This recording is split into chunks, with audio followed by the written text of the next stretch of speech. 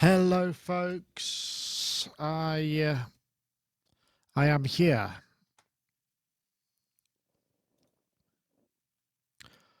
Can you see me, mother? Well, not mother, but you know. Hello, everybody. Hello, hello, hello. I am just here. I'm just going to play a little something, which is I put this together with because I was reviewing the Arturia Keylab Mark II, and in Analog Lab there's some really nice sounds. I'm only using one of them. It was a clarinet, and the clarinet I think sounds lovely. So I just thought I'd throw some. But this was done with chord pads as well.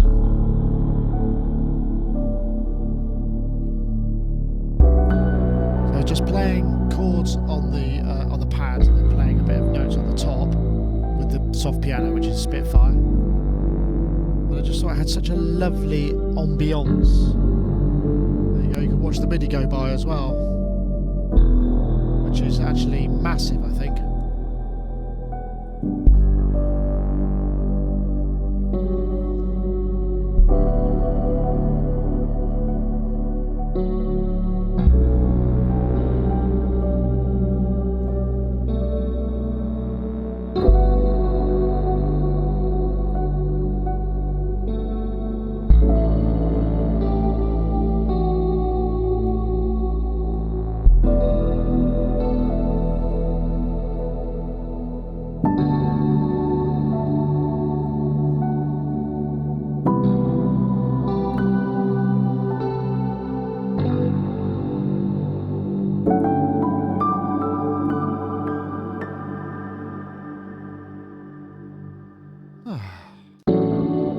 Very ambient and unfinished, I might also add, but I thought it'd be fun to play that because I'm an insatiable egomaniac and I want to see a reaction.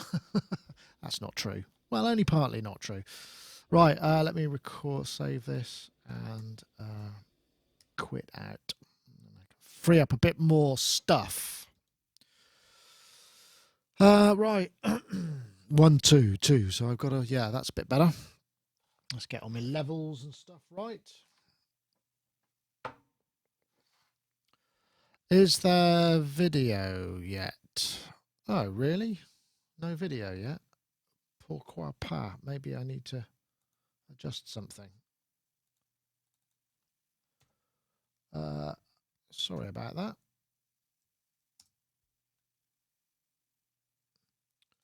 This is the video, or should be the video.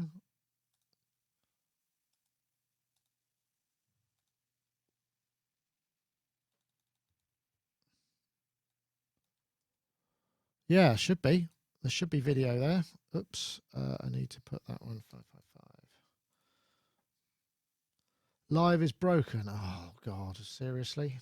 I'm sorry about that. I don't know why.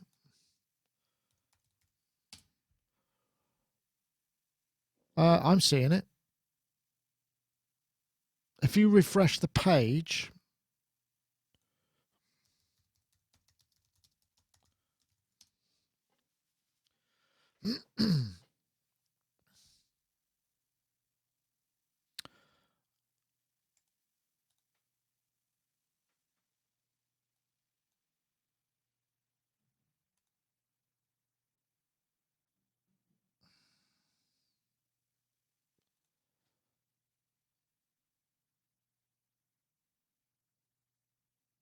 Okay.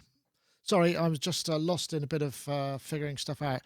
Just waiting for Mark Tinley to show up. He's got to set up his little his live setup. 1, 2.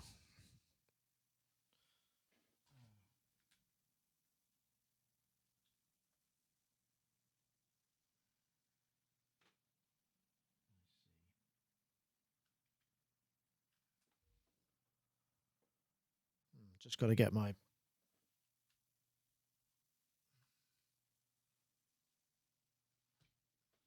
think my backup SD card is full, so good job we're not actually running the show yet, because trying to do this while we were actually live might be a bit of a laugh.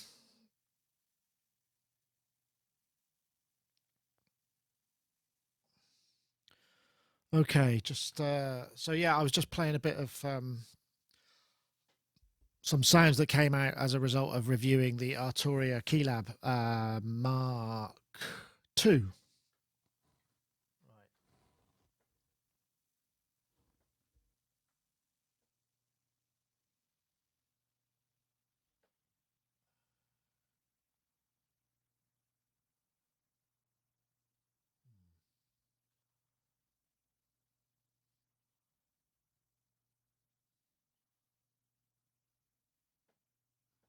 Just formatting that SD card so I can have a backup. Okay, we're all working. Well, in that case, I might play my piece again because you might not have seen it. Hey, why ever not? If you got it all again, just because I'm, like I said, I was recording. So basically, this will be on the YouTube stream anyway, so it will look like I'm doing it twice. But I think the live viewers couldn't have. So let's have a look. So I'm just playing this, see whether that works. This is Spitfire soft piano, Analog Lab clavinet, which is lovely. A bit of massive.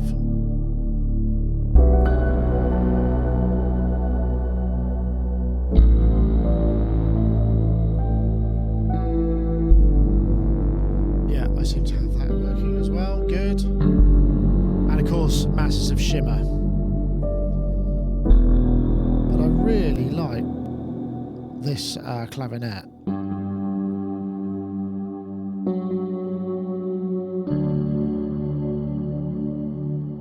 Just a really nice sound.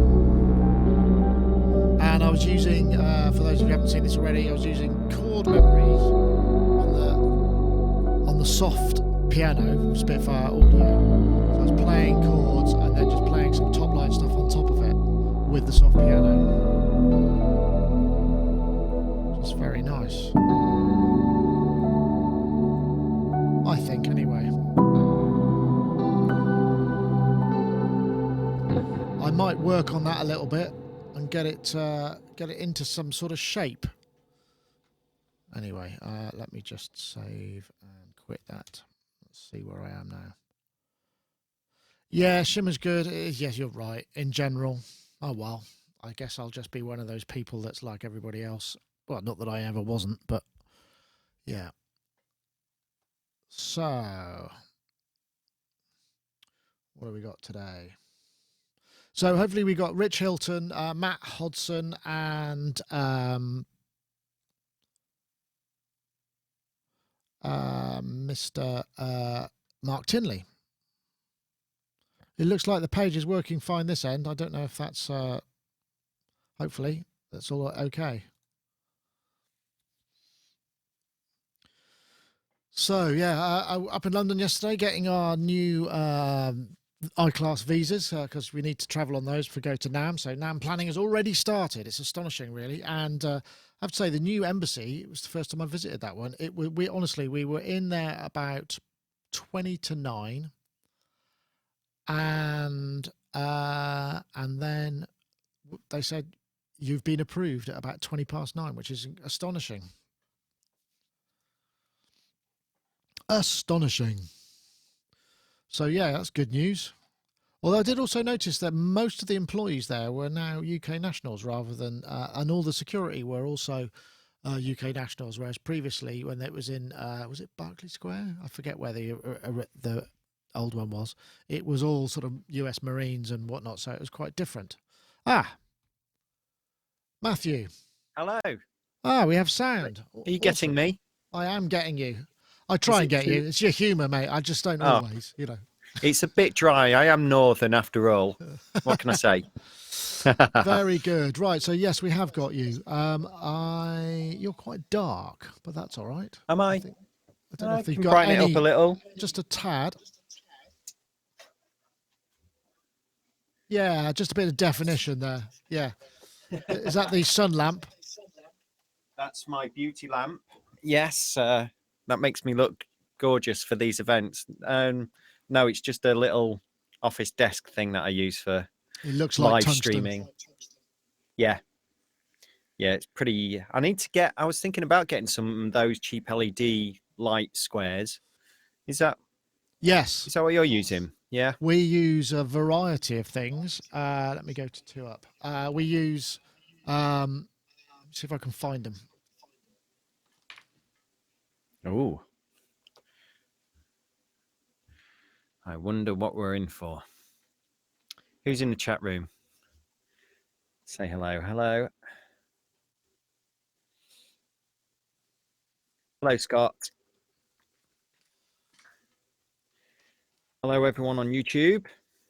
These are the good ones for lights. They're just panels. They've got barn doors on them, and they're made by Newer, whatever that is. I don't know. Yeah. Yeah, Newer. They do quite a lot of that stuff now. Yeah, I'm familiar with that brand. And but we made some grids for it because then that stops it being such a wash and keeps. So you put this sort of honeycomb stuff on it, and it stops it from spreading out too much. And particularly with screens and things, you can kind of point the light in a more direct format. So we use them. That's for in the studio. Plus, we've got all our coloured lights. Is that's what you use when you're doing your product demos and interviews? Yeah, we've got a couple of those, and then there's a couple of smaller ones which are little, but they're not so reliable. We started up, but a couple of those they sort of went down and they didn't really last the course, and they started flickering and things. So these just feel a lot more robust. And then we've got these tiny little panels for the live rigs. Let me see if I can find those.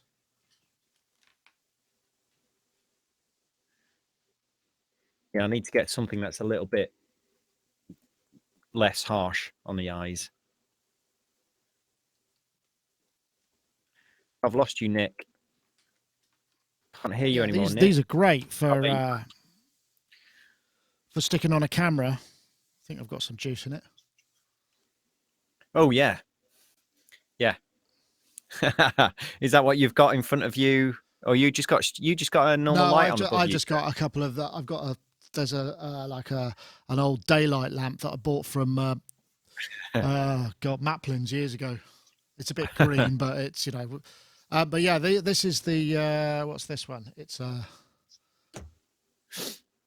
Aperture Amaran. I think they're about $50, but you could stick that on top of a camera, no problem, and you get. But you could also you could dim them down quite a lot or dim them up. That's cool. Just really, I mean, people don't tend to like them in their faces, but sometimes when you're at a show, I mean, like at Synthfest, it was great, but the lighting was quite moody, so it was very difficult to. How was that? Did you enjoy it? I did, yeah. It was great, really good fun. Yeah. I mean, we got a bunch of videos out of it, and it felt really buoyant. Actually, it felt like it was bigger by certainly a number of people, and also sort of more vibey in a broader cross section of age group and gender as well. Because I think the first year I went, it was very blokes like us and older, right? And this time it was a bit more sort of a bit of a broader sphere, and that was good. Great. So I look forward to the next year's as well. Did you bump into Martin Ware? He usually goes along. Not this time. No, I didn't. What I did is I went to bumped into Will Gregory. We went to the Moog Ensemble. Oh, yeah. They were performing, and I'm trying to remember who I bumped into now. There were a bunch of people. We ended up going out for a drink, and it was good. It was a good night actually. Good day and night. Great. Enjoyed it a lot. It was well worth. I really worth a visit. I've been to. I've seen the Moog Ensemble play. Really enjoyed that. Did they have the visuals behind them? They had a really slow someone with a tennis racket. I think it was Tim No, they didn't. Not this time. No, they didn't have that. Really, that was great. I remember that. Organised. Sorry. Yeah. So we didn't. They didn't have that. They had some lights, and it was really good. They played some John Carpenter, and they did this really interesting. They did this really interesting piece where they basically had the sequencer running that was spitting out clock. Are you quite loud in the room, Matt? Because I'm getting a lot of return. No, not really. Pretty quiet. Let me just mute me and I'll talk now and see if you get return. Yeah. 1 2 2 2. No, not at all. Is that better? Without, slightly. Yeah. Yeah. I mean, harder. That's you muted, so there's no sound of you coming out my speakers at all now if you talk. Yeah, well, that's going to be hard for you to work with then, I'd imagine. How was that? You're back on now. Yeah, it was I have no better. idea what you said. Yeah, it was better. Okay. But yeah. Oh. And so they sent out all this clock, which was converted into gates, and it was divided into loads of different amounts. So people were just playing different notes, and it was all being triggered in sort of lots of different polyrhythmic things. So everybody chose their notes. Yeah. But it was being triggered in this sort of very rhythmic fashion. It was very effective, really effective. Lovely. I did something actually pretty similar to that at university. I did something called the London Synthesis Orchestra, which was me and some mates, and we had some. We all had synthesizers, and I did graphic scores, and they had to kind of interpret it, and I would stand at the front being a human clock, but I could go forwards and backwards in time, and there was pieces just for cut off and resonance. So they kind of just had a line showing to open the cut off and open the resonance, and we was all in the same key. It was quite droney, quite nice. It was good fun. It would be interesting. I was thinking a good one would be to do. I don't know if you've ever done this on the tour bus, but when everybody's in high spirits and if there's lots of vocalists in the band, you're coming back on the bus and then you just go 1, 2, 3, and everybody just picks a note and sings. And you get these massive, really interesting chords, and people make adjustments and what have you. So I just think that would be quite interesting with synth voices. So you have a kind of score, and then everybody goes dum, and then there's a chord of some kind, and then another chord of some kind. Particularly with like 10 instruments, you get some incredible stuff. I mean, obviously you'd say, well, you can only be, your octave is the bass octave, your octave is the tenor, the soprano, so that there's a bit more. It's not everybody's playing a kind of 10 note minus C1 chord, which would sound terrible, obviously, but I think there could be some interesting things there. Yeah, well, you know me, I'm all up for getting rid of keys off keyboards, synthesizers. Yeah, well, of course. But so it was fun. I mean, but it's been very busy. We've had to, because every 5 years we have to do our NAM visas, and that just just blotted out a whole load of time yesterday because we had to go up to. So is that because you're working there essentially? Yeah, well, there was a directive that came out, it must have been 15 years ago, that said you really need to do this now, and it was like, well, okay, we never had before. Right. Hey, Mark. Hello. Can you can hear me? Yes, I'm guessing you can because I can hear you. I can hear you. You can hear me. I can. Do you want me to be louder or quieter? That's fine. Is it? Good God, that was easy, wasn't it? Good old line 6. I like it when they make things simple. Wow, are you crouching on the floor, or have you got a very, very tall chest of drawers behind you? Massive chest of drawers. We have the biggest chest of drawers you've ever seen. Okay, it looks like the sort of thing that if you took that out of your, if you're trying to reach, hold on, what's that? I thought I'd sent a link to Rich. Hold on there a second. Just a minute. Rich is asking for links. I thought I'd sent him one. Blah blah blah blah blah. Oh gosh, that's embarrassing. I hadn't sent him. Let me give it to him now. Just Something went did-it-up. What was that? Yeah, that was. That's all right. Rich is coming in. That was me because he was saying, "Hey, he needs a link." So I just sent him a link to dial in. Excuse me. Right. So that should probably get him. Yeah. So well, you can see all my wife's clothes. Hey, Rich. Sorry about that. I just realised I hadn't sent it to you, but I sent it to everybody else. Can you hear me? Oh, I see. You're on your room mic by the sound of it. Okay. See if I can figure out why that should be. You'll probably need to restart if you're changing your sound source, but that's cool. Okay. But we'll get there. How about now? Any change? No. You need to reload. Usually, if you change it in the browser, you need to reboot the browser for it to take as a sort of different sound input. That's all right. So you'd have to just go back. That. Yeah. Be right back. Okay. BRB, as they say in. I'm just Ethernetting up my modular system. Really? Well, yeah, I've just got these new tiles which allows you to send 8 CV sources over Ethernet. I've seen that. Yeah. So from one case to another, instead of having really long cables going from one to another, just run it over RJ45 cable, shielded.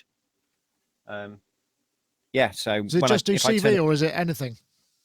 It will. You can run audio over it. Obviously, the longer you run the audio, though, you're going to introduce some noise. But you can always run it into a buffered mult before you go over this. But I've not had any issues. I've run both audio and CV. Right. Hey, Rich, how's that working? So how's that sound? That sounds more like you. Okay, good. That's more like the mellifluous tone that we're used to. Ah, good. Excellent. Wow. We pride ourselves on our mellifluousness. I was wondering which way you were going to go with that. I was thinking mellifluosity would be the one that you'd go for, but mellifluousness is just as valid. Okay.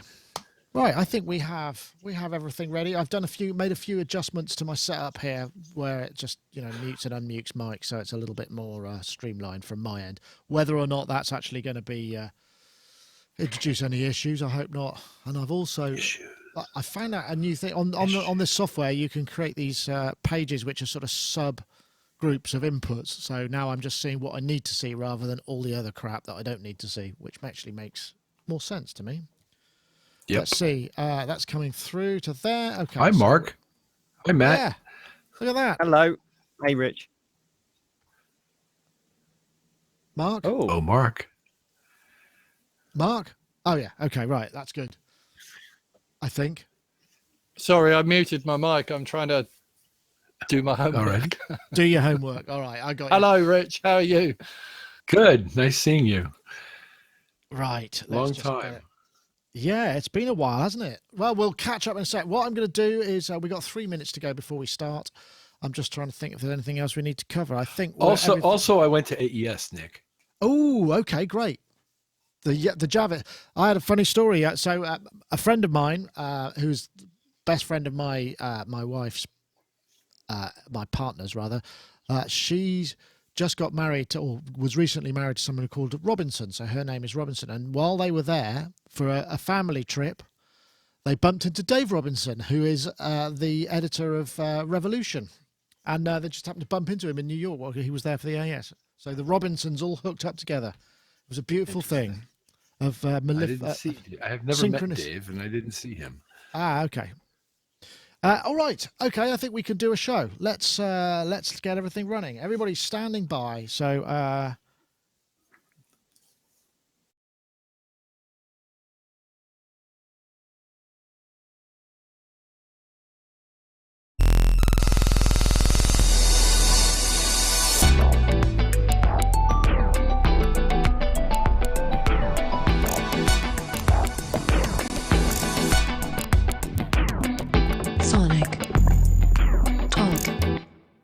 hello, everybody. Welcome to Sonic Talk, episode number 555. I think isn't there a Roland Space Echo 555?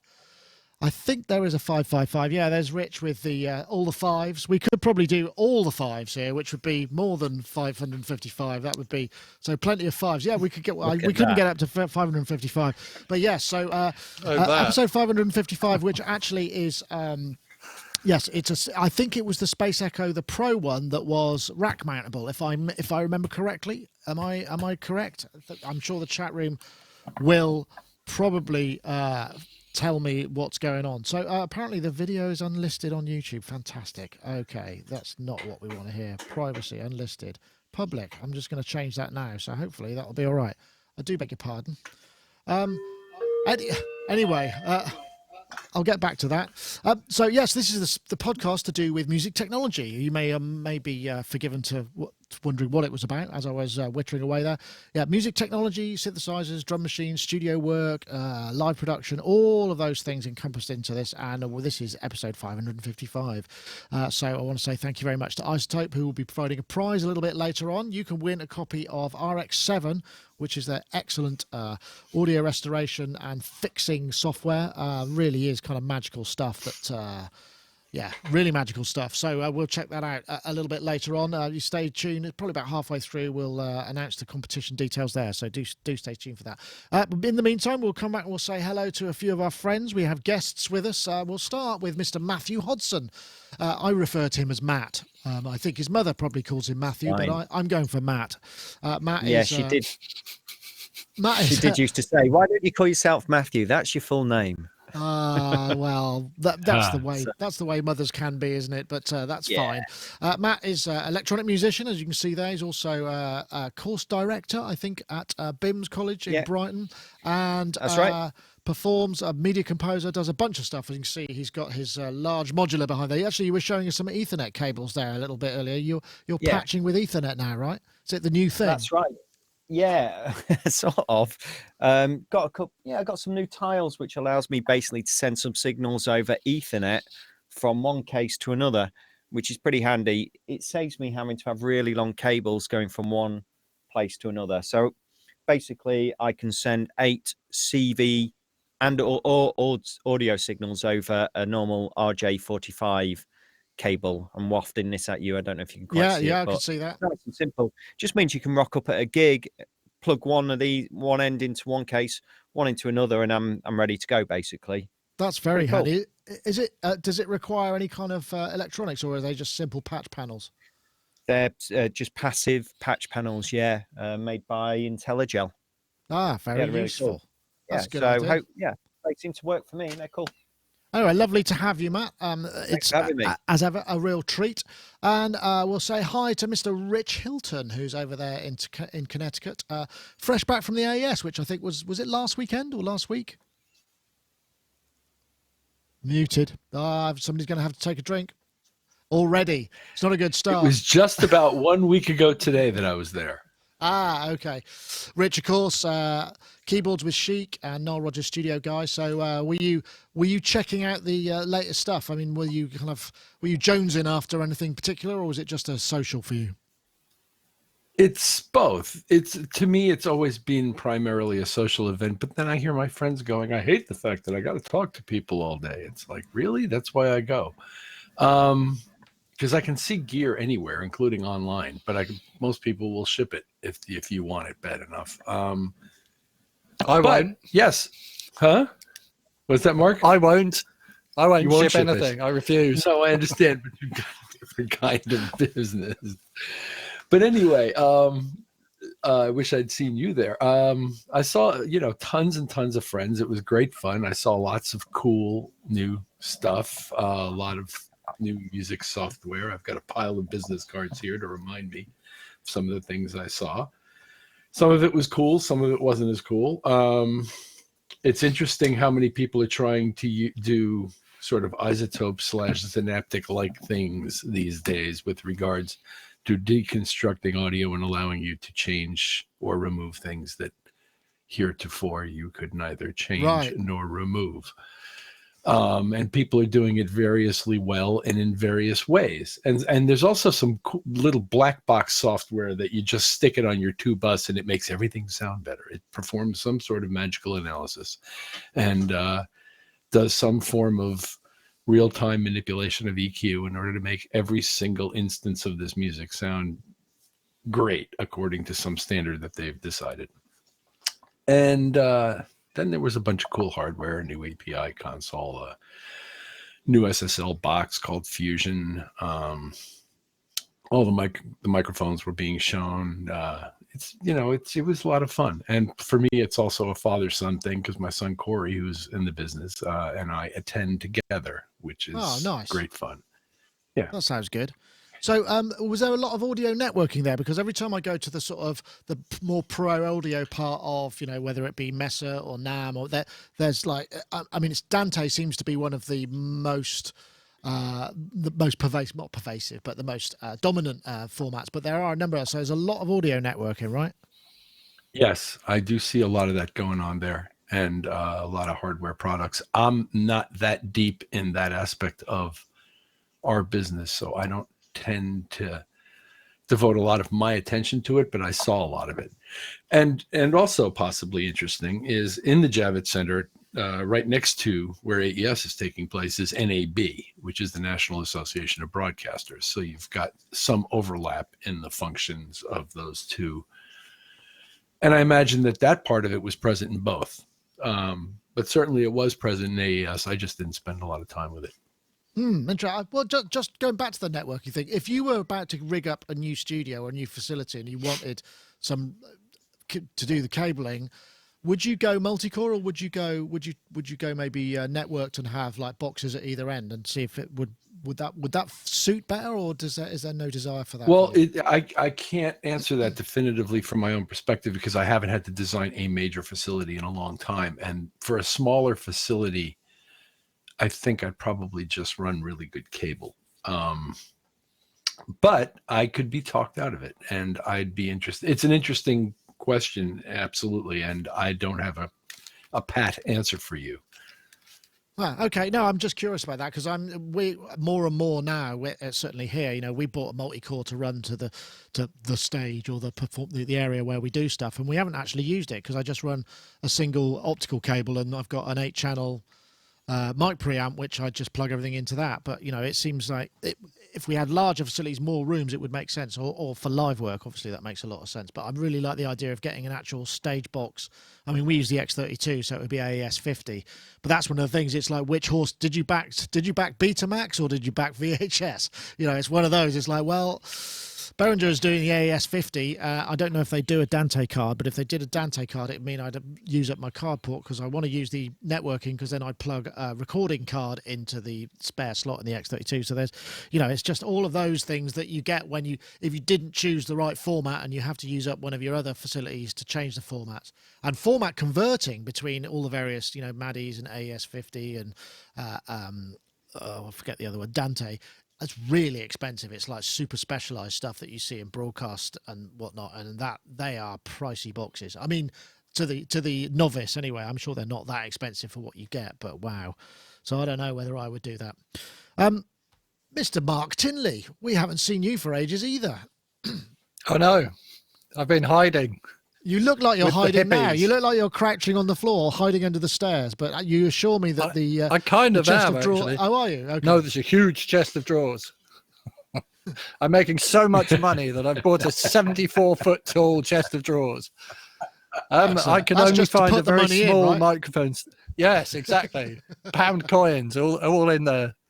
No, I can only find a very small microphone stand. So well, it sounds I am fine. on the floor. Sounds And this fine. white rug here actually has got 4 legs. Look, Oh yes, it's a dog. there's a leg. So I don't have a nice white sheepskin rug. I've just got a very nice white dog. Well, Mark Tinley, of course, you run Sonus Magus, which is a store in Glastonbury, which last time we spoke to you was doing really well, Yep. and you were selling all sorts of not only things that musicians need, but things that musicians didn't know they wanted. I think, you know, curiosities and unusual stuff, right? Yep, definitely do that. Yeah, and it's going even better, and I might move it to a bigger shop because I thought, well, I don't know. My theory is if I don't pay myself any wages and I just keep buying things, then I'll have loads of stuff and it'll be really interesting. And that seems to have worked so far. So I think I'm about to get the Yamaha dealership, if they're nice enough to me to let me have it, which I hope they will be. And I will have Yamaha things in there along with the other stuff. And I bought my first Gibson guitar the other day.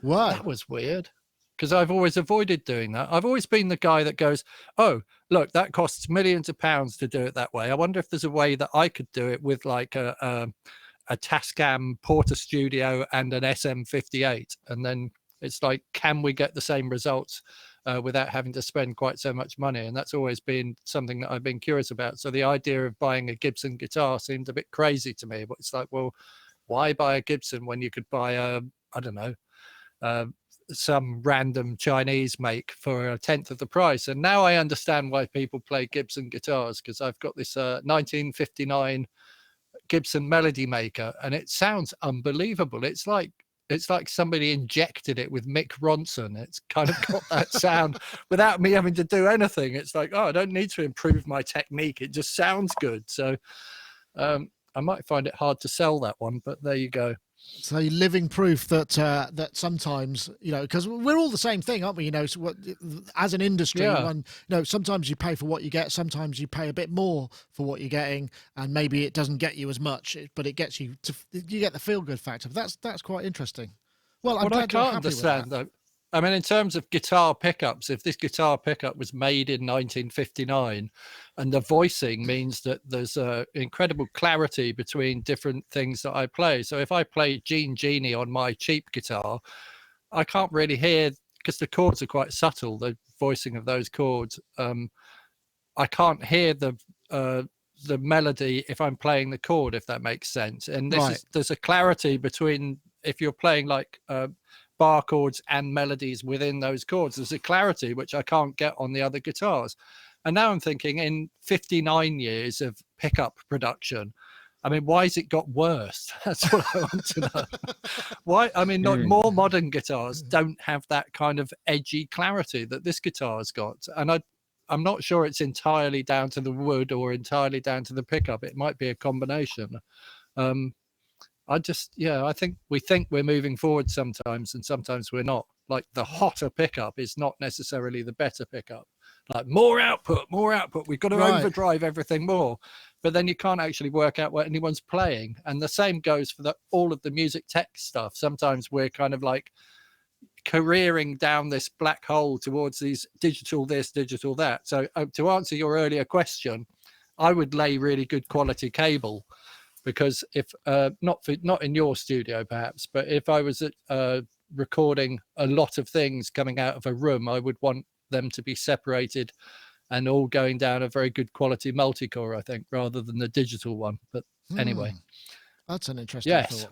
All of that from 1959, perhaps. Maybe that from would 1959, be yeah. 1959. Funny you mentioned Bowie references in both of those. This weekend, there was a tribute act. There's friends of ours, and we filmed a video of their tech setup. They just did Bowie Collective. They're called BowieCollective.com, and they do a really big show with kind of projections and all sorts of kind of, there's some playback stuff, but they have basically a band with vocals and two guitarists, and they've kind of forensically studied they do like 30 tracks live. They're trying to be, hold the place like the Bootleg Beatles are the definitive Beatles tribute act. They're aiming to be the definitive Bowie act, and that this was their third gig, and they've spent quite a lot of time, because the previous gigs it's taken them like 3 days to set the show up, whereas now they can turn up with 2 racks, some big multi-cores, lock it all together, and they're set up in like minutes. Apart, then they've got to do the costume changes and stuff. And it was really interesting. And we've got an interview coming up with Steve Evans, who's a friend of ours. He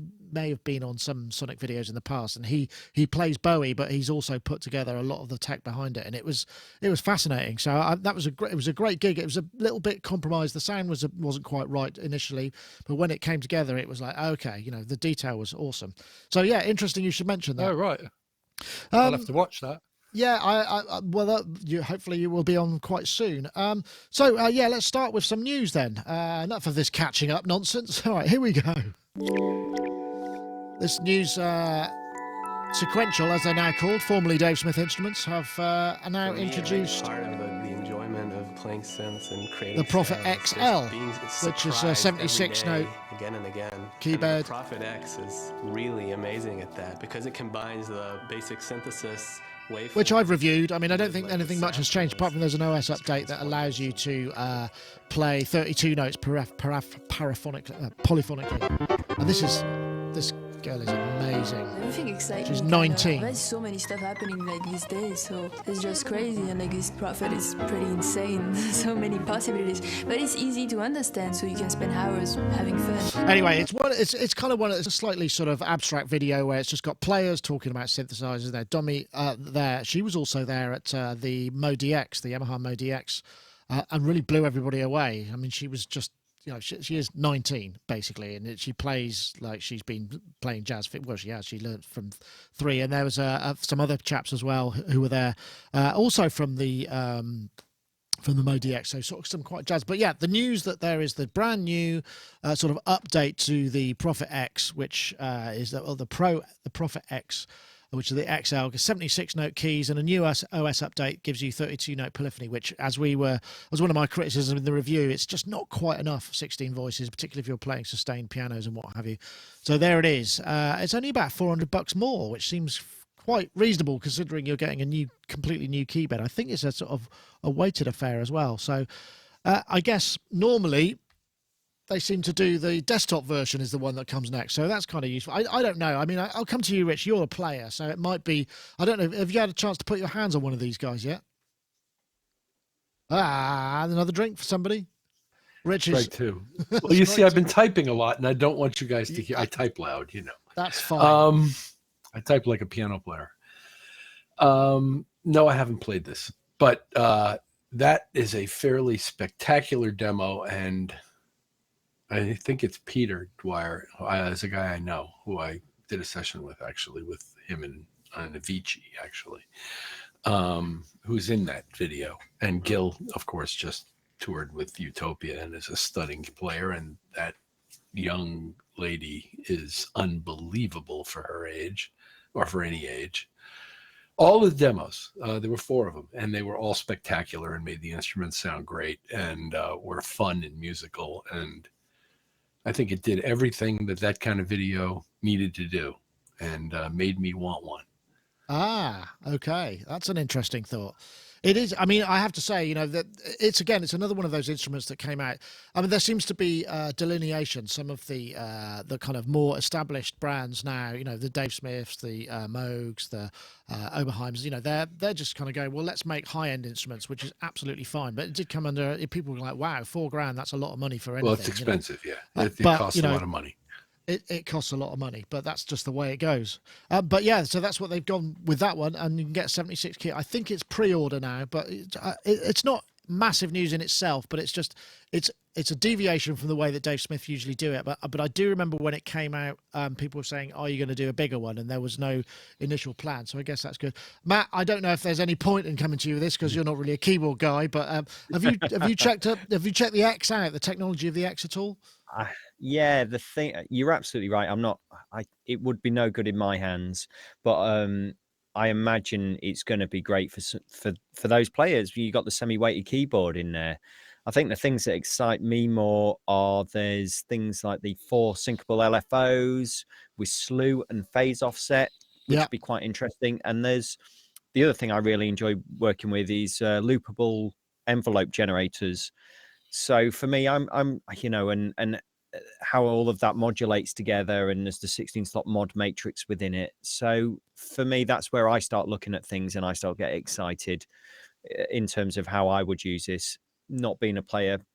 But just worth mentioning, there's also the 150 gigabytes of sample content in this one by 8DO. Yeah. As well, which is quite interesting too. So I don't know if that might be the first time they've partnered with them. Yeah, well, that's right. The original instrument had that. I don't know if they've upgraded it. I mean, I think there was an update, a sample pack that came out from 8DO that you could buy and load in, but it seemed like that they were sampling classic Dave Smith and sequential circuit instruments, which sort of felt a bit of an odd way to go. But I haven't had a chance to check that out. But yeah, I don't know if that comes as part of it. Well, I mean, you've got loop manipulation and sample stretching within those samples. So I'd be quite interested to see what sort of sample stretching that is and what that can do. Whether you can set, you can stretch samples to a particular BPM without things changing in pitch. No, it doesn't. You don't get that. You don't get time stretch on that side of things. It's basic from that point of view. But yeah, that's where as an instrument, as a playable thing, it definitely is quite compelling. But it's the sort of thing that if you could justify the expense of it, then you might need it. But it's not the sort of thing that perhaps you have to have if you want to play keyboards. Certainly looks heavy. It's not. Yeah, I know it's designed for studio and live, but I don't think I'd want to lug it around. But I mean, I'm sure this thing's a beast. I'm sure it's great. I'm sure if I had it in the studio, I would love it. To be honest. Yeah, well, you probably would actually. Yeah, it does. It does. I'd need someone like you play it really. Watch the review. That's the easiest thing. Okay. Hey, Mark, I don't know. I don't suppose this sort of product kind of is on your radar specifically. I mean, we probably talked about the X. I don't remember if you were on the show. I'm very excited by the red wheels.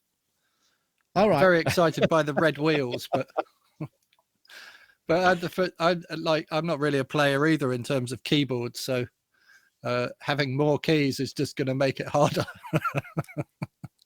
But I love Prophet stuff, and in terms of having that synth engine sitting on my desk in front of my computer so I could compose with it, it would be a nice thing to have, definitely. Yeah, it is nice. One thing that is worth saying, it's got the Prophet 12 synth engine, so they're DCOs rather than VCOs, so they do sound a bit different to the Rev 2 or the not that I'm not sure if they're even DCOs, they're DSP, so they're not even DC. Do you see what I mean? So they do sound a little bit different, but so it's missing a touch of that kind of charisma that you get from like the OB6 desktop and that sort of side of things. But yeah, it's cool.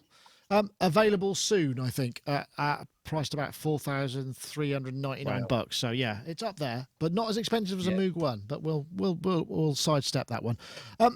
I should briefly mention, because Matt, one of the things you were talking about with the modulation and that side of things was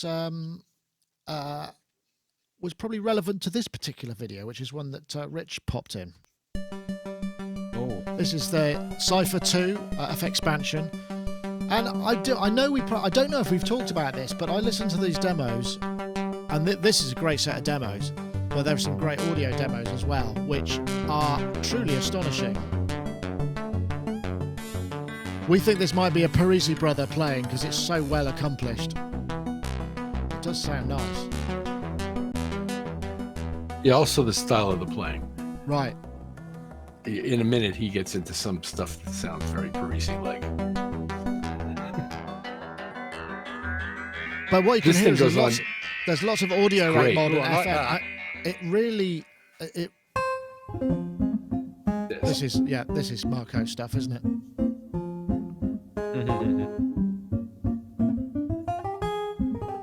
Lucky.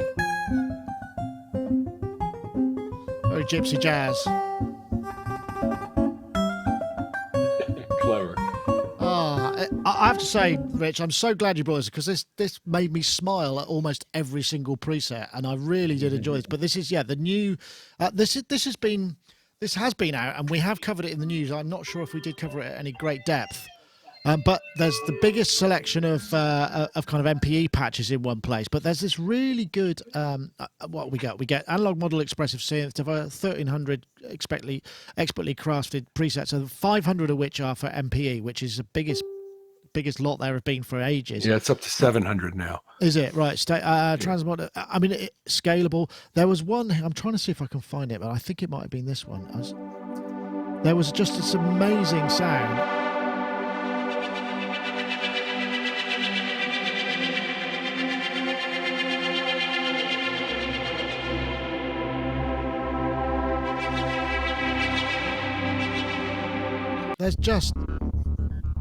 There's a ton of stuff in here which is really really nice. See if I can find this was it. Very organic. And this is controlled via MPE, presumably the Roly, because Roly own FX expansion, it should also be pointed out. I don't know, Matt. I know that in terms of modulation and that side of stuff, you were. This is one of the synths a synth that I haven't really listened to very much, but I'm thinking this feels like something new and something really quite special.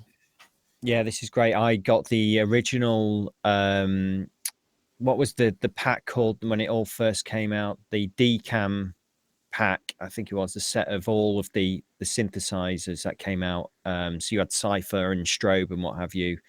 And I knew some of the guys there at FX Expansion back in the day, and I was really blown away by what they've done here with these particular synthesizers.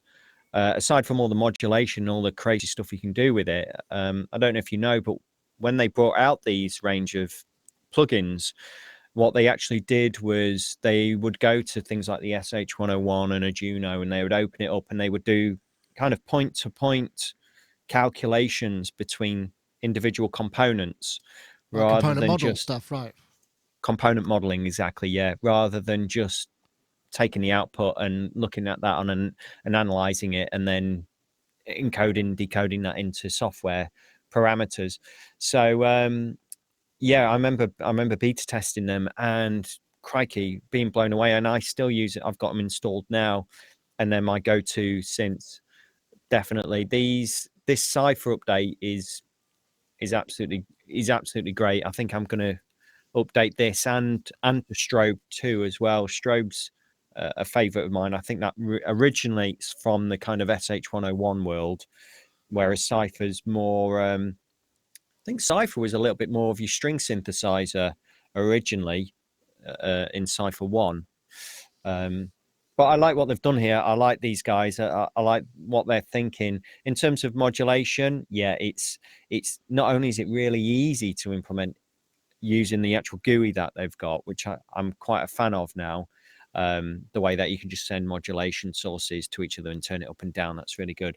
But the amount of modulation you can have going on within one synthesizer, and you just do some great stuff. And when you get into the AM and the FM sounds, they sound musical, if that makes sense, rather than just kind of obliterated sort of, craziness. You can get there as well, but I find them quite very musical to use, particularly when you modulate them like crazy.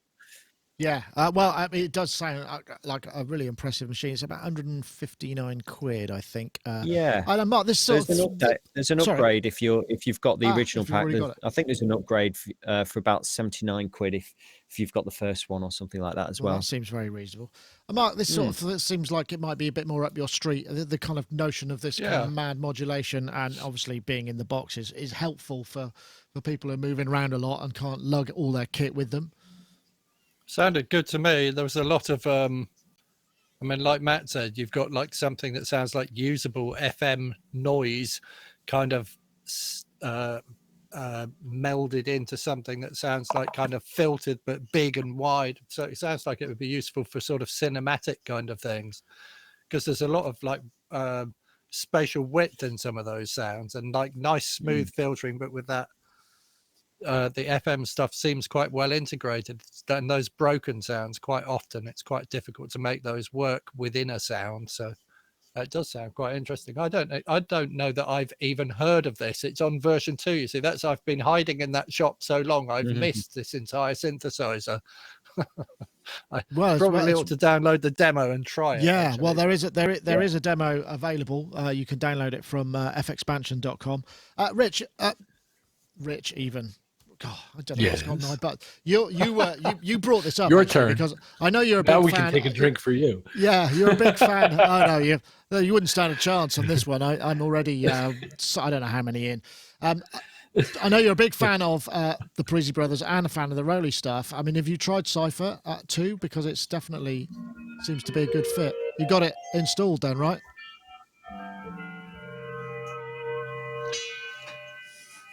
Oh, is that release velocity there? That was yeah, nice. yeah. Of course, it's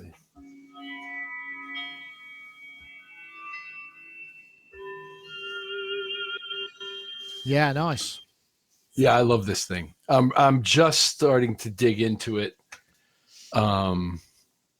deeply, because it's a lot to listen to. There's 700 presets that match this thing, and then there's hundreds more that don't, that are just regular MIDI synth type. It just sounds fantastic. I love the interface. Pretty much Matt summed it up very clearly, and I don't really have that much to add. To me, because I got Strobe 2 first and fell in love with it, this thing is like a bigger Strobe 2 to me. It's got multiple oscillators. It's got more FM. It's got more modulation sources. But it's just like a big.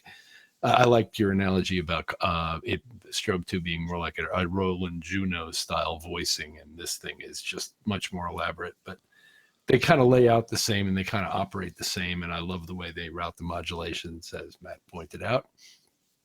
So, yeah, I'm impressed. And that's why I kind of called it to your attention. Yeah. And as we saw again, lovely demo from whichever one of the Parisis it may have been. Pretty sure that was Marco. Okay. Is he the one who looks a bit like D'Artagnan? Yeah. Yeah. Well, Jack doesn't not look like D'Artagnan. Jack plays drums mostly on blocks and can blow you away on the blocks playing drums. It's ridiculous how good he is. Excellent. Well, yeah. I mean, but if you're looking for something that's kind of a new, just gives you some new capabilities, because as we know, I mean, only in recent years, probably the 18 months or so, audio rate modulation in software has become more viable, because up to now, before then, it was just, it wasn't really viable with the kind of DSP the coding techniques that were available. So there's been these kind of great revolutions in making it very high resolution without the aliasing. So there's been, and obviously Cypher 2 draws on that, and that's something I don't know who it is who's coded it, because I remember there was a guy called Angus who used to be the main guy behind it, and whether he's also done a lot of that stuff. I imagine it's probably the input of more than one person on a synth of this scale, but it does look like it's going to be good fun. It's worth noting as well with this, you've got some really good reverbs in there. You've got this kind of crazy pattern delay, multi-tap delay stuff. That's pretty interesting. And they've got this kind of what they call a dirty DAC output modeling on it. So if you want this kind of slightly lo-fi digital to analog conversion sound to the output, you can whack that on there as well. So it's a bit of a beast. I think it's a bargain as well for the price. I think it's priced really well, and particularly if you're upgrading as well, 70 odd quid, happy days. Yeah, well, fair enough. Oh, that's good. I'm glad that's something that everybody feels kind of unanimous about, really, and also, you know, the way that it's pushing forward this sort of and bringing front and center this alternative expressivity via MPE. I mean, it feels like, I know there are other ways to do it. You know, we've got the Linstrument and we've got the Huck and Continuum. It feels like Roly are really have positioned themselves in, you know, in one of the definitive MPE controllers. You know, it feels like they really are kind of getting it right. And I know it's been very slow, because it's, as we've banged on about this quite a lot. You know, the adoption of new technology, when it's not quite as familiar as we'd like, we're actually quite a conservative bunch, and it does require a lot of technique modification and work. I know, Rich, you've been putting a lot of work and effort into learning that, but you're finding it very rewarding. So it's one of those things that feels like it's worth the effort, right? Well, to me, it certainly is. And one of the main reasons why the thing is so viable to us is because of Marco. I really believe this, that he's an astounding player, and it's not easy to do what he does on a normal keyboard, and try doing it on this thing, and it's incredible what he does. And he really makes the thing speak, and whatever they're paying him, they should multiply it by 10 as far as I'm concerned. Well, maybe they will. We'll put that to them next time I see Roland Lamb. I'll mention it. You should pay that guy more. I'd like to meet Roland Lamb. We have a lot to talk about. Okay, well, that's fair enough. Right, well, what we'll do now is let's just have a brief interlude from our friends over at Isotope. We'll play a short message, and then we'll get into the competition results. RX continues to be the industry standard and leader in audio repair for music and post-production. And with RX-7, we've introduced groundbreaking new ways to quickly and easily fix and manipulate audio. Take the game-changing Repair Assistant, an intelligent helper that can detect noise, clipping, clicks, hum, and more. Also new in RX-7 is Music Rebalance, a powerful source separation tool. Drums too loud? Vocals not loud enough? Let's fix that. You can also create instrumental versions of songs by removing the vocal elements. You can now alter the pitch without affecting the timing of your audio, and conversely, alter the time without affecting the pitch with the new variable time and variable pitch modules. Using the new dialogue contour, you can improve the performance of a line or even create a new performance by altering the pitch contour of the dialogue, therefore adjusting the intonation of the speaker, and introducing Dialogue Dereverb, a module powered by machine learning to reduce the presence of reverberations around dialogue. RX-7, a new frontier in audio repair. Indeed it is. I want to say thank you to them for providing the prize for the competition, which we'll just announce the winner from last week. Last week we asked you to tweet the hashtag vocal removal and RX7, and we got a winner, somebody called Rust, who's actual... Now this... I don't know what it is. I keep picking people with handles that are almost impossible to pronounce, and I don't know how you pronounce this one, because it's D0GGEH, so Dogger, but with a 0, so I don't know how you would do that. So if you want to get in touch, Rust/Dogger, then they've tweeted those hashtags, and they also, hey, random number generator, pick me. Well, there you go, it did. And what do you know? So yes, please do get in touch. And the competition this week, we're looking for the hashtag #declipdeplosive. Which isn't easy to say very many times. I seem to be giving myself more trouble than I'm worth. Declip, deplosive, and RX7, the hashtag RX7 as one word, to @Sonicstate and @Isotoping. I'll say that again, the hashtag declip, deplosive, that's all one word, and the hashtag RX7 to @Sonicstate and @Isotoping will get you entered to the competition, and we thank them for providing us with a prize for this week. So let's see what's next. You should get them to deplosive the last things that you just said, because you managed quite a good plosive on the. I did there, didn't I? Well, I have got. I was thinking that. It's fun. That should be part of the competition. Whoever deplosives that the best. Yeah, well, maybe so. I don't think it would be very. That's the thing. It's not actually very difficult in RX7. You just go deplosive that. No, all right then. So, they haven't got it yet, have they? No, I suppose not. Okay, so here we go. Here's what did I get to? We did the site. How about this more TC hardware stuff? This is another lovely demo. Stereo modulation. It's another from TC Electronic, which is actually kind of a hardware interface for the software plugin. And the guitar sound in this is just, it's so appealing, I have to say, even before any effects go on it. And it's a sort of remake of, this used to be in like lots of pro guitarists' rack in the 80s and engineers, you know, but it's a very definitive, and it was very clean for its time as well. And it's what? I think it's, I thought I had the price here. 135 quid. Yeah. I could listen to that because it's just such an appealing guitar tone. But this seems to be quite a new thing. And obviously we've seen it with, we've seen this variation happening with synths with controllers. We've seen it happening with mixers and controllers, effects and controllers, or you know, certainly the soft tube console 1, which seems to be doing very well, seems to have kind of hit a resonance. They're selling a lot of those. So I'm wondering whether effects need this kind of thing, because back in the day, you know, there used to be the LRC control in the middle, and you know these things which kind of you put in your console. We're not having quite so much room here with these. So I'm wondering if this is a thing. Do you think this is a thing that's going to take off and really going to go play? I'll go to you, Mark, because I mean I know you used to work in a lot of bigger studios, and you know probably remember the LRC and the there was a great one for the Yamaha Rev 1, which looked like the center of a spaceship, and it was almost like an accessory you had to have in your studio to be taken seriously. And whereas this is, you know, a very different thing, but it still has a purpose. I love the way I love the way that it looks, but there's a but, isn't there? Yeah. I love the way that it looks, and I want one just because I like the way that it looks. It could have those lined up, you know, when I'm working on stuff to just press buttons on. But how long are they going to support it for? Because if I go out and buy the hardware version of that from 20 years, what is it, 30 years ago probably now, I can put that in a rack and I can utilize it and it will work. But in 30 years time, will this piece of hardware still be supported, or will it just be like many pieces of plastic I have come through my shop where people walk in and they go, oh, I found this, mate, is it worth anything? And I'm kind of like, well, no, it's totally unsupported and there's no drivers for it. And if you want to run Mac OS 10.4, yes, it might be useful for something, but actually realistically, no, mate, you just want to chuck it in a skip. So I don't know. I don't want to be too cynical, but let's stop throwing things, you know, things just go in landfill all the time. And it's a nice looking thing that if it's supported, shall I say everything again, or stopping now? Okay. No, I wonder if it's.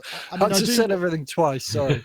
No, I do wonder if it's actually got, you know, just generic MIDI control mode. I can't tell from the detail. If it has that, and you could utilize it in other ways, then it's brilliant. And I want one. Well, I want one anyway, but.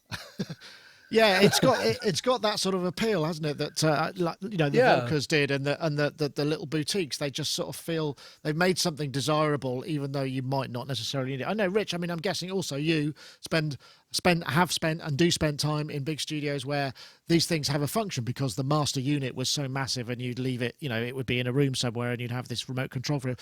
This isn't quite so necessary, but you know, do you need do you need that level of control for effects? I mean, is it something you're likely to be wanting to tweak in real time a lot? I think that there are plenty of people who will, because knob twisting's a very popular sport these days, and hardware interfaces for software-driven processing makes perfect sense to me as a product in this climate. And the thing sounds fantastic, no question about it. It sounds great. So yeah, I think it's a cool product. I didn't catch the price. Do you recall what the price is? It's £135, so probably $140, I'd imagine. Including the hardware controller. Yeah, I believe so. That's quite reasonable. Okay, yeah, sure. Why not? It's a heck of a nice chorus box you got there. Yeah, well, I suppose a guitar pedal for that. I mean, obviously, it doesn't work in the same way. I mean, we should point out that Behringer owned TC Electronic. That's probably why the price points are being hit so low, because they just, can stamp them out in their massive factory. So, fair Well, enough. if I'd known that, no, I'm just kidding. But it's interesting also that because TC Electronic made the original, TC Electronic are making this. Presumably the original would have been not DSP, it would have been circuitry. So they must have modelled their own circuitry in DSP because they moved further into DSP. So that's just an interesting product of evolution, I think. I know, Matt, what do you think? I think it would look great in your studio. Don't you reckon? I mean, Rich just said it really. This is the era where we're getting back into tactile knob twiddling, and that's where we are. It would look great here, sat here somewhere. I'm totally with Rich on this one. I think this is a great product, and I think hardware, the design of it looks really great. I think having tactile control people are into, and if you can now look, we're in 2018. You can produce a product of this level, this quality, and its hardware for under 150 quid, and it's sat there and it sounds that great. Well, this isn't hardware though. This is the controller hardware, for the plugin. Oh, I beg your pardon. Yeah. It's just the control. Oh, I see. Right, I'm with you. Yeah. So I thought it was actually housed inside. Then still, I'd be happy with this. I was wondering if there was the size of the controller was a particular standard, like a U is measured on here. To see more of these, really. I mean, I know Mark's opinion about things just being plastic and things going to landfill, but imagine if more of these things were coming out of that size for different plugins. I'd love stuff for the Sound Toys plugins that I use a lot.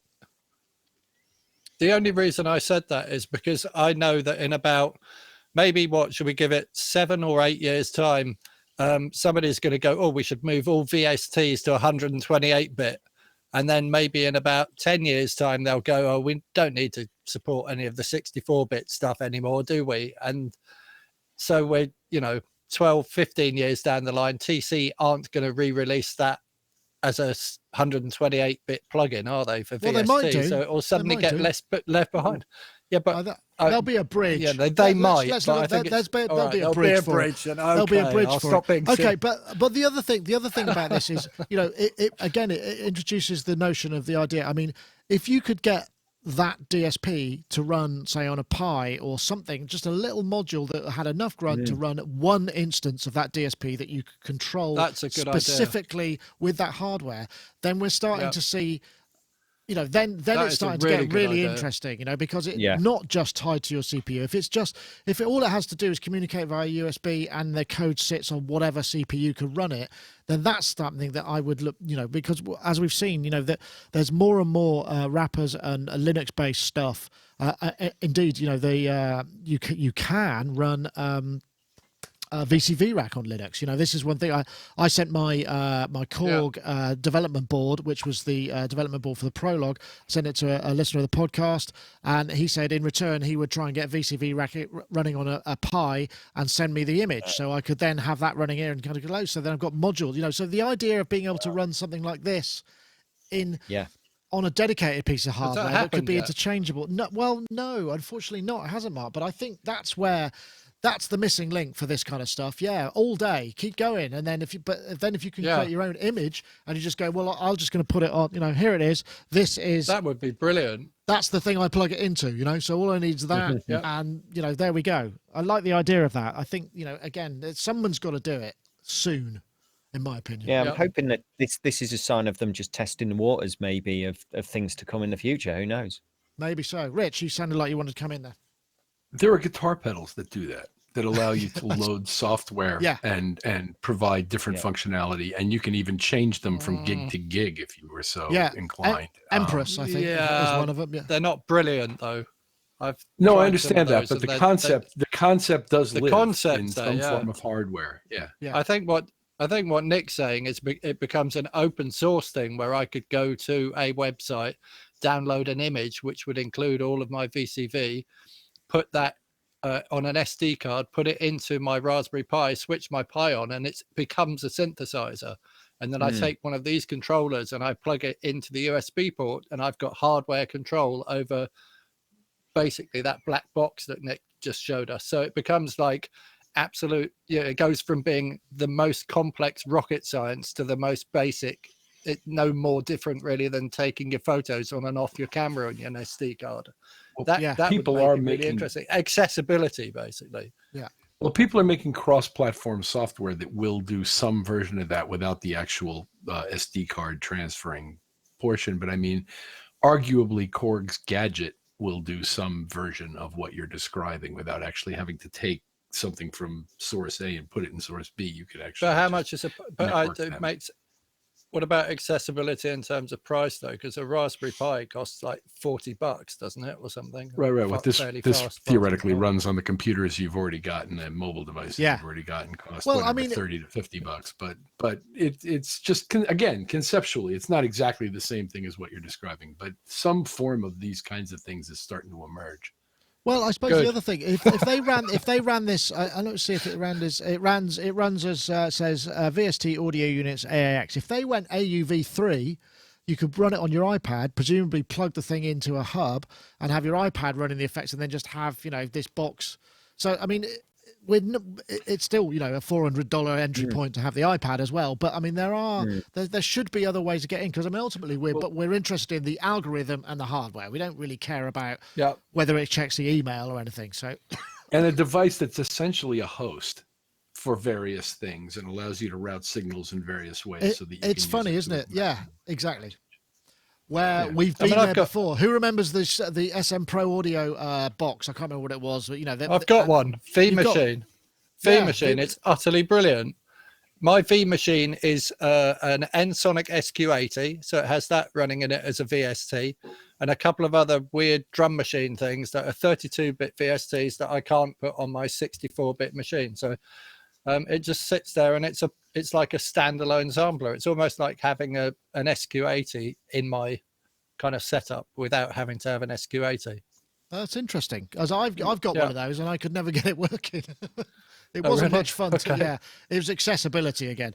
But yeah. Well, your accessibility point is that the only way you can talk to it is by using a computer that's got Mac OS 10.4 on it. Well, there we go. You have to have an old computer to talk to it, or some weird version of Windows, and there's a strange driver that you have to get them to talk to each other, but it's possible. Yeah, I wasn't sure that I didn't fry mine with a sort of aborted software update, but you get my point. I mean, we shouldn't be too far away from this, and then once you just, because we're like we say, we want the algorithm and we need some audio I/O, but just a basic thing with like a stereo in and out, or it goes over networked audio, whatever it may be. We don't care how it gets there. It's just then we can access this thing, and it's not necessarily tied to the computer, and it could even be something that we want to use live. I mean, if the code would run on a Pi fast enough, with low enough latency, you could use it in all sorts of ways. It just starts to, these are the sort of things I think that are missing a little bit. That's my point. It's more likely to come in the form of a purpose-driven host than some generic form. In other words, it makes sense from a marketing standpoint for some company to put this thing together and build it into a box rather than a Raspberry Pi style device. But I get Mark's idea, and it's true. It could be running a Raspberry Pi inside that box, but it'll have to take some kind of marketable. It probably won't look like the teenage engineering synths with the circuit boards basically hanging outside and a couple of tweak points on. Probably won't look like that. It's interesting though, isn't it? Because we've been here before. We had the V machine. That's what, nearly 10 years old, probably. What was the other thing that was that there was a really successful VST hosting system that for a long time was the de facto in Iraq, wasn't it? Yeah, I forget what the name of it is now. Yeah, I can't remember. Gosh, it's gone. You had Duende, didn't you? SSL Duende. That was hosting compressors and EQs and that kind of thing. I think that required a computer though that you had to load. So it was just the DSP it hosted, not the actual the OS as well. But I think there was something, TC had Power Core. Yeah, maybe you're right. But yeah, it's almost like maybe we're ready now. Maybe the technology is ready for us to do that. Whereas before it was actually pretty advanced. And I'd like to talk to somebody from UA about why it's useful to keep it proprietary. Because like they basically do this, but only with their own stuff and their own hardware attached. You know, even if it's freestanding and you just connect it with a cable, as they have some products that do, it's still proprietary to their software. Well, it makes commercial sense because they can protect both the hardware and the software, and it's just built in. Right. So the thing you were talking about, Nick, is the Muse receptor. That's right. That was it. Yeah. Yeah. I mean, that was massive for a while, and there were we did loads of videos on that with a guy called Brian Lancer. Yeah, that's right. Are they still on the go, or is that no longer a thing? The Muse receptor. I'm not sure, to be honest. It's still going. I don't know. Is it? It's a good question. We could probably find out, but it's probably been superseded a little bit because computing has become so much more powerful that it's not so much. I think that was the big they draw. Started out as Pentium 4. Hold on, here we go. Muse Research and Development Inc. has exited the hardware business in order to concentrate on licensing IP to other manufacturers to take the award-winning receptor technology to the next level. There you go. So that's your answer. Oh. They are and they aren't. Okay. They don't make the hardware anymore. Right. Anyway, right. What was the other thing? Oh, this was. I'm going to play this one because I just love the notion of this. And this came about because when we went to New York to see the MoDX, the guy who took us there, a guy called Gavin, before he joined the keyboard and tech department, he'd worked with drums for ages, and he was saying, "You've got to check this out. You've got to check this out." And so this is me checking it out. Well, not me, somebody else. This PMT TV. Hi guys, Joff from Professional Music Technology here. We're here with Simon looking at the new Yamaha EAD system. So Simon, give us a little bit of a rundown on what this thing does. Okay, it's EAD, stands for Electronic Acoustic Drums, and it's a device for capturing and changing the sound of your acoustic drum kit. Cool. So I guess let's see what it sounds like. Yeah. So while he plays, essentially what you got is a multi-field stereo mic and a trigger input, 2 trigger inputs, and it records and processes the mics, picking up the whole kit, and takes a drum kick, the kick trigger to trigger the kick drum against it, and there's a snare trigger if you want it as well.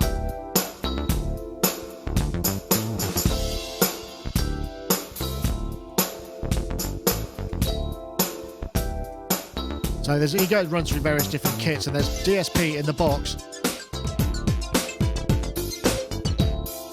So, I mean, as I famously say, I won't play the whole thing, but the concept of because we've all mic'd up stereo drum kits, a drum kit with a stereo mic and maybe a kick drum, and that's it. And you can, in the right room, you can get a great sound, but it requires careful placement, a nice sounding kit. I mean, depending on what sort of sound you're going for.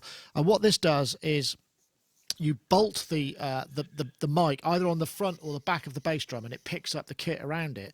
And it has pretty good sound rejection properties. I've been watching some videos where people have been using it live. So they take the stereo feed out of the thing, send a kick drum, maybe have another mic on, the hi-hat, say, if they want to take that separately.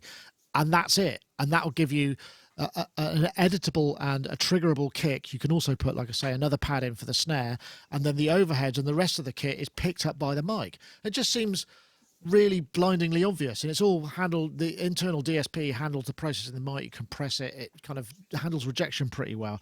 I'm wondering what you think about that. It handles rejection pretty well. That wasn't a reference.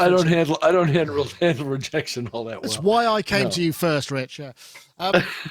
So it seems like a really no-brainer idea. It seems like a very clever idea, and in some ways, I mean, okay, it's not going to sound as great as you or somebody who's got years of experience miking up a drum kit, spot miking it, getting that. But as a sort of bolt it on, get it going, it seems like a really interesting concept.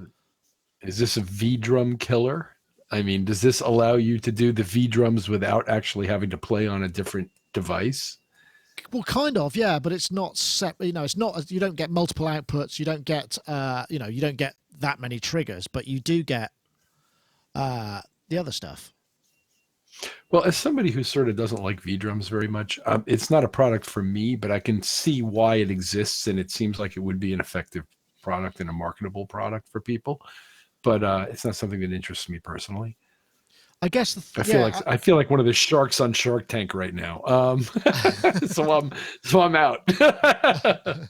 No, fair enough. But I mean, I don't know, Matt, if you record live drums that often, but it seems like it could be a very quick and immediate way. Because one of the things that they said when they were, I watched some of the preamble for the product videos. There are lots of people who do drum covers and stuff, so they might go, here's me playing Steve Gadd, Toto, whatever it may be.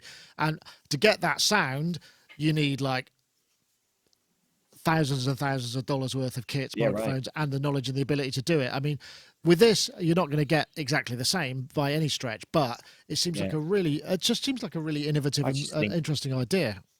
Yeah, I think it's cracking, and sometimes I do play with a live drummer actually with the modular. And my background as well, working in studios and recording drums, I've done a lot of that. So this is quite a really interesting approach to it. I couldn't quite figure out though, what does it kick out? Does it actually kick out a recording, Nick, or does it just kick out a stereo output that you would then record into a DAW?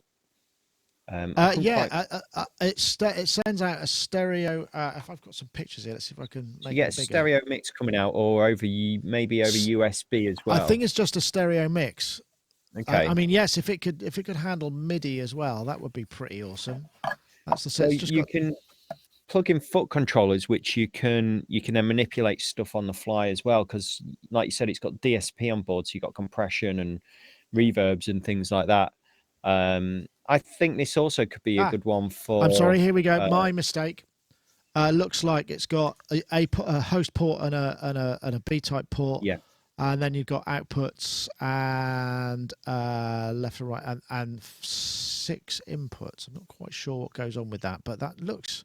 So it's fairly basic. I mean, I guess the thing is it's trying to simplify the concept of just miking up a kit and getting a kind of, in some way, a live kit sound with DSP that's dedicated to processing that stereo mic to get as much out of the kit as you can without having to get too tweaky. Yeah, whack it in a rehearsal room while you're rehearsing away, and get a decent sound from your drums when you come back and listen to your rehearsal with the band.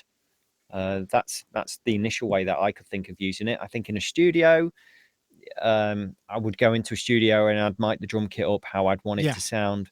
But for those that can't afford it, I mean, this is $629. So, if you can afford this, then you could set up a drum kit anywhere essentially, and get a pretty good sound from it. What I like about this is that you're going to get all the nuance from the drummer still. You're going to get, all the nuances on the hi-hats and the fills and the feel and the velocity and all that. Hopefully all of that's still retained in the final output.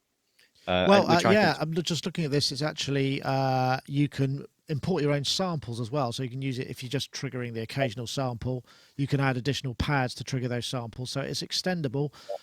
It will record audio by the looks of things. It'll record and playback 16-bit stereo.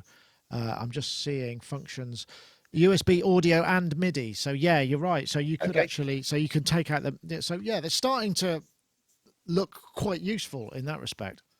Yeah, absolutely. If you can take the MIDI from that kick and snare trigger as well and record that into a DAW in real time, you end up with audio and you end up with essentially all the MIDI for things, and then you can do quite a lot with that afterwards. So in a room like this, which is, you won't record drums in here, we could set up a kit in the corner and stick this in there, and I could get something pretty quickly, get some pretty good results. That's probably quite usable, really. A lot cheaper than going and hiring a studio for 4 hours, I suppose. Yeah, could well be. Mark, nice. It's a Yamaha piece of equipment. Look at that. And you're looking for a Yamaha dealership. This could be just the thing to start off with your journey with Yamaha, right?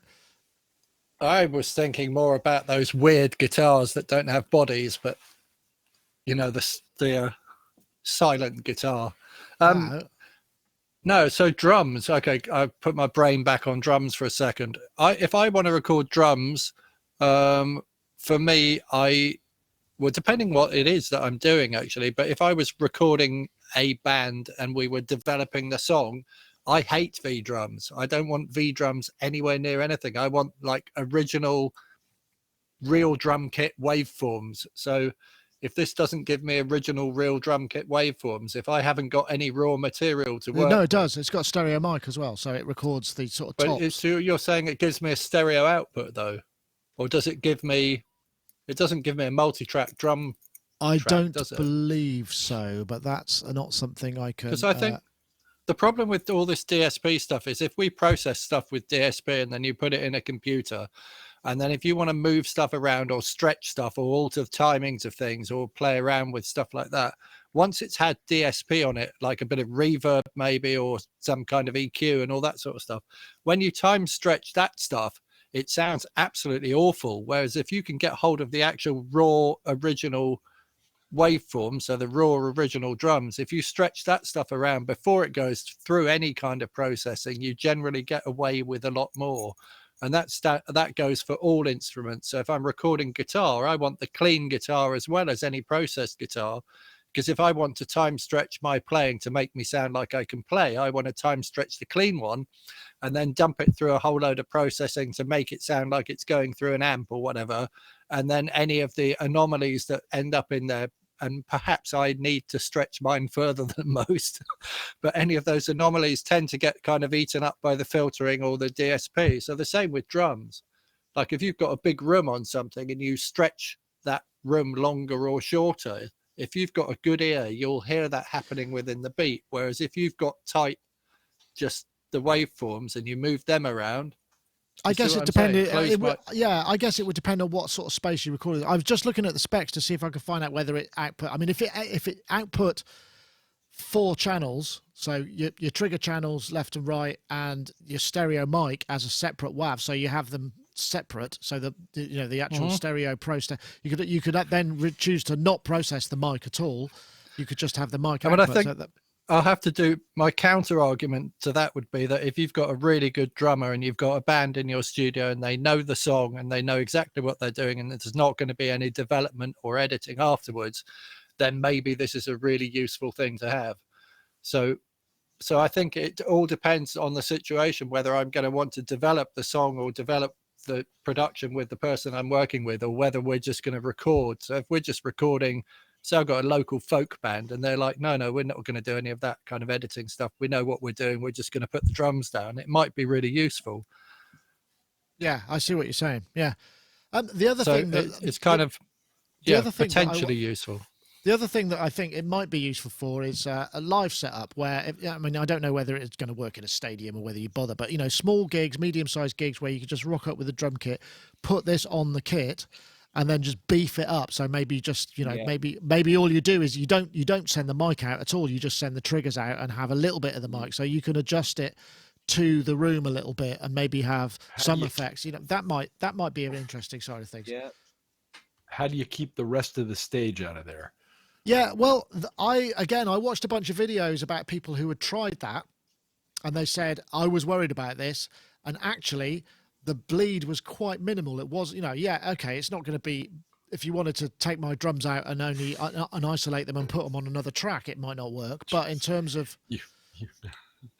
You haven't listened to my drummer's vocal mic much, have you? No, but I mean, I've mixed. We record every single show live, okay, and I've mixed a lot of them, or a bunch of them, and the drummer's vocal mic is out whenever he's not singing. Trust me when I tell you this. Absolutely. I am unbelievably skeptical about the ability to use this in the way it's described on a stage with rock and roll music playing on it or something like that. Like what we do or whatever. I thought you played funk. You play funk. Whatever it is. Disco. Whatever it is we do. Well, stuff that, okay, that stuff. okay, but in defence, Rich, I mean, I think the thing is the mic array is designed to mic just the kit. So whatever's going on in DSP, which may be, may affect the sound, is designed to reject other signals as well. So it's not just the stereo mic comes in and that's that. There may well be other trickery going on because it's rejecting you again. He's rejecting you again. That's a keyboard. You're playing a keyboard. It's going to reject all keyboards with this new device. Oh well, I'm sorry. I don't know. I would be really intrigued to see how that works for a gig. I mean, obviously not large scale gigs, but gigs maybe where there's a lot of bands on and you just kind of you just rock up and you do, like, I don't know, wedding stuff, whatever. It may well be something really useful for that. Where if you want the cameo snare for the for that track you do for the groom who's requested it. There, you can have it very quick. No, wait. It's Yamaha. It's brilliant. Absolutely brilliant. Please give me the dealership. I'm quite interested to see how this could be misused. I'm always thinking about that. So what if, I don't know, what if you put that stereo mic in front of a PA and you pumped back some Led Zeppelin drum stems or something? Would it then take that in and then put a different sound on that, so you end up with the groove? You got Led Zeppelin, but you've got a different sound now. What I don't know. You had I don't a big know. boxer in front of it? Well, I think the thing is you bolt it to the bass drum. So I'm guessing there's some kind of physical connection with it because the bass drum is going to be moving, so the mic capsule is going to be. So maybe there's some sort of censoring. I mean, I don't know, but I would imagine there might be some physical connection required. But yeah, maybe you could strap the triggers to a tabletop and you could tap on them even. Yeah. I don't know. Yeah. That's an interesting idea. Work With that. Is there an iPhone app that does that?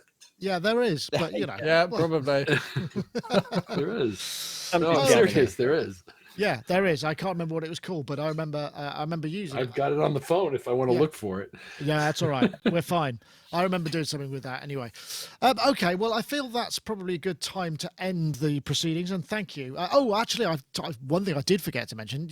We're doing an event in Bristol on the 24th of November. If you check out the site, there are details for that. You can click a link, selling tickets in advance.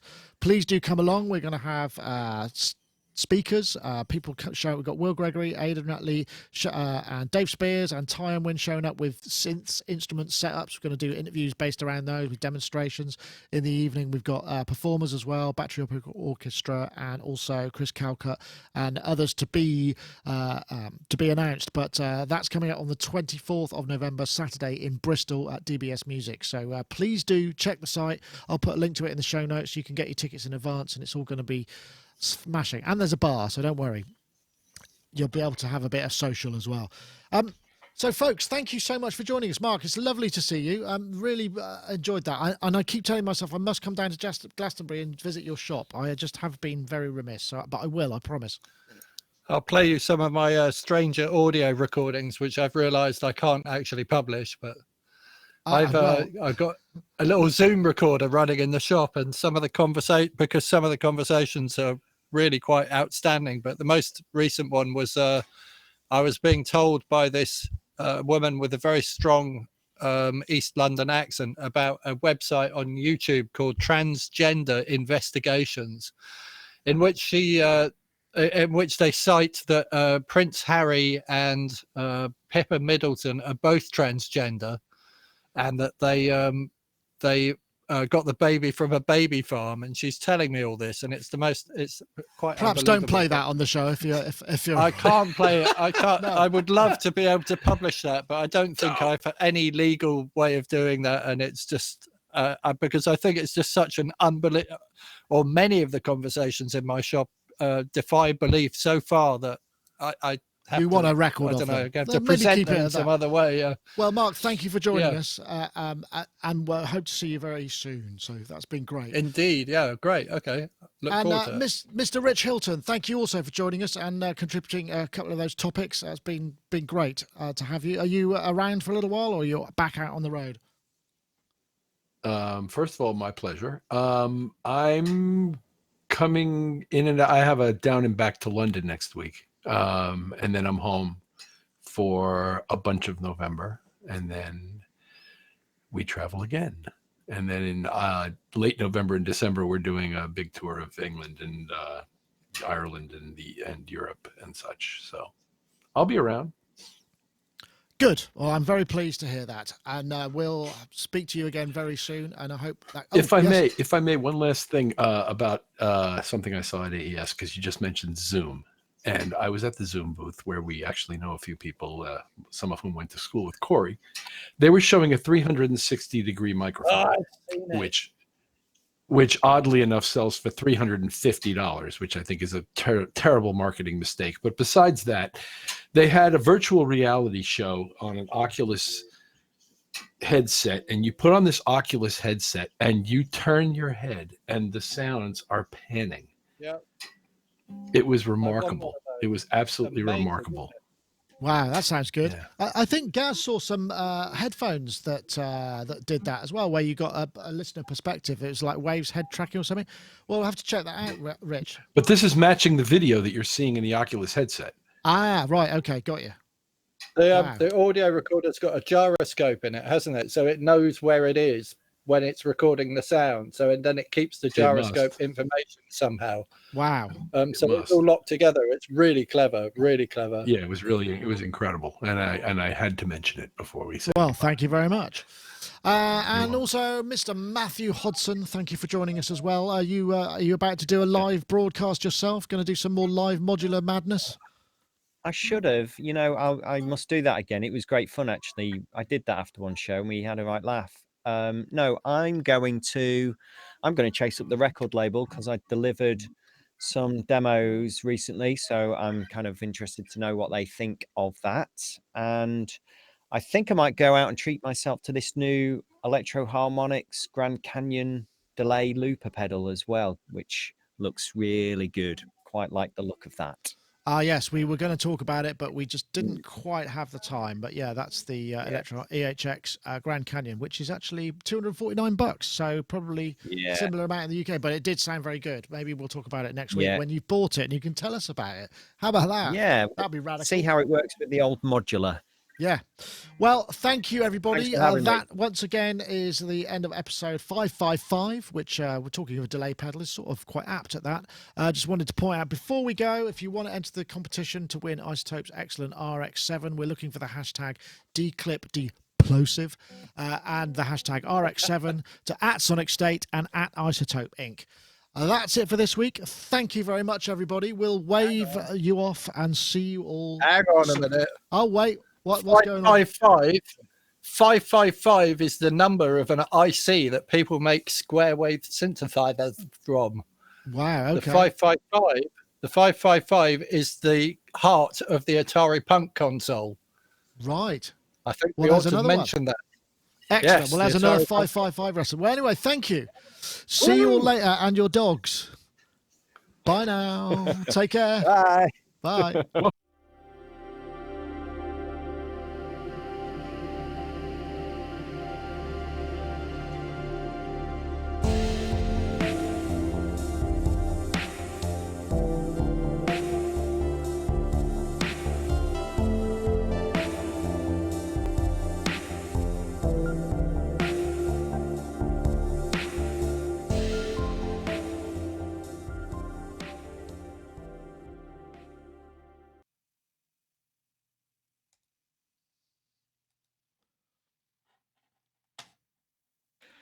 Hey, thanks, folks. That was fun.